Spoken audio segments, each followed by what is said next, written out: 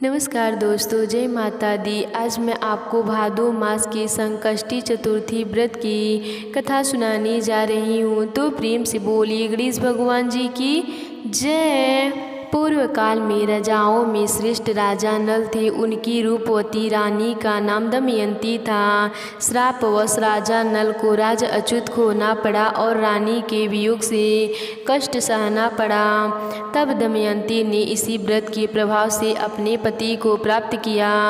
राजा नल के ऊपर विपत्तियों का पहाड़ टूट पड़ा था। डाकुओं ने उनके महल से धन, गजशाला से हाथी और घुड़सवार से घोड़े हड़प कर लिए तथा महल को अग्नि से जला दिया। राजा नल भी जुआ खेलकर सब हार गए थे। नल असहाय होकर रानी के साथ वन में चले गए। श्रापवश स्त्री से भी वियोग हो गया।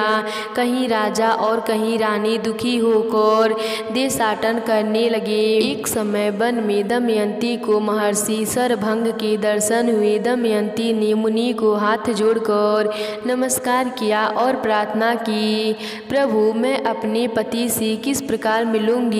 शरभंग मुनि बोले, दमयंती भादो के चौथ को एक दंत गजानन की पूजा करनी चाहिए।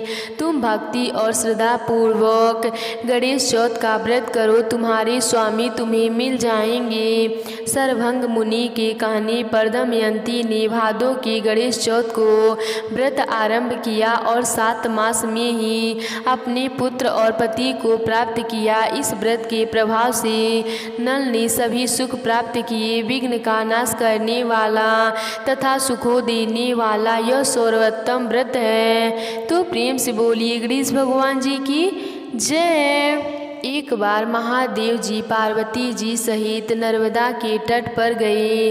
वहाँ एक सुंदर स्थान पर पार्वती जी ने महादेव जी के साथ चौपड़ खेलने की इच्छा व्यक्त की। तब शिव जी ने कहा, हमारी हार जीत का साक्षी कौन होगा।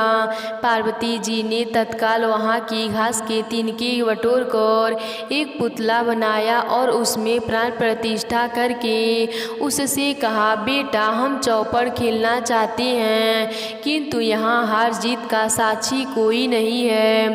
अतः खेल के अंत में हमारी हार जीत के साक्षी होकर बताना कि हम में से कौन जीता कौन हारा। खेल आरंभ हुआ। दैव योग से तीनों बार पार्वती जी ही जीती। जब अंत में बालक से हार जीत का निर्णय कराया गया तो उसने महादेव जी को विजयी बताया। परिणाम मौत।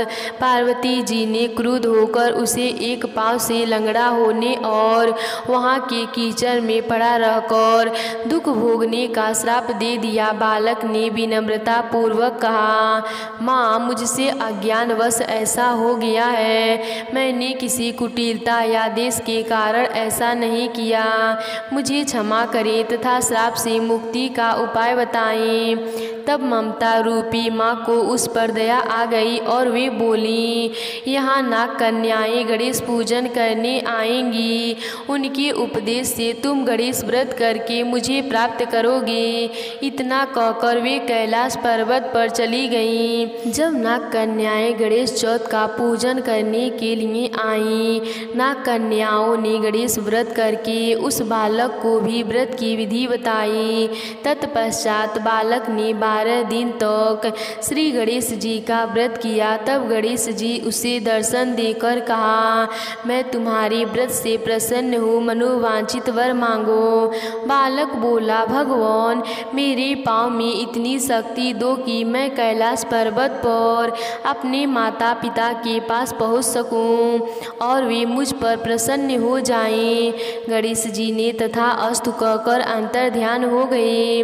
बालक भगवान शिव के चरणों में पहुँच गया। शिव जी ने उससे वहाँ तक पहुँचने के साधन के बारे में पूछा। तब बालक ने सारी कथा शिव जी को सुना दी।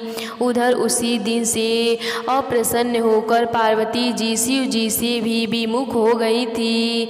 तदुपरांत भगवान ने भी बालक की तरह 21 दिन प्रयत्न श्री गणेश जी का व्रत किया। जिसके प्रभाव से बालक के मन में स्वयं महादेव जी से मिलने की इच्छा जागृत हुई। तदु उपरांत भगवान शंकर ने भी बालक की तरह 21 दिन तक प्रयत्न गणेश जी का व्रत किया, जिसके प्रभाव से पार्वती जी के मन में स्वयं महादेव जी से मिलने की इच्छा जागृत हुई। वे शीघ्र ही कैलाश पर्वत पर आ पहुँची। वहाँ पहुंचकर पार्वती जी ने शिव जी से पूछा, भगवान आपने ऐसा कौन सा उपाय किया जिसके फलस्वरूप मैंने आपके पास भागी भागी आ गई हूँ। शिव जी ने गणेश चौथ व्रत का इतिहास उनसे कह दिया। तब पार्वती जी ने अपने पुत्र कार्तिकेय से मिलने की इच्छा से 21 दिन प्रयत्न 21 की संख्या में दूर्वा पुष्प तथा लड्डुओं से गणेश जी का पूजन किया। 21वें दिन कार्तिकेय स्वयं ही पार्वती जी से आ मिले। उन्होंने भी माँ के मुख से इस व्रत का महात्म सुनकर व्रत किया।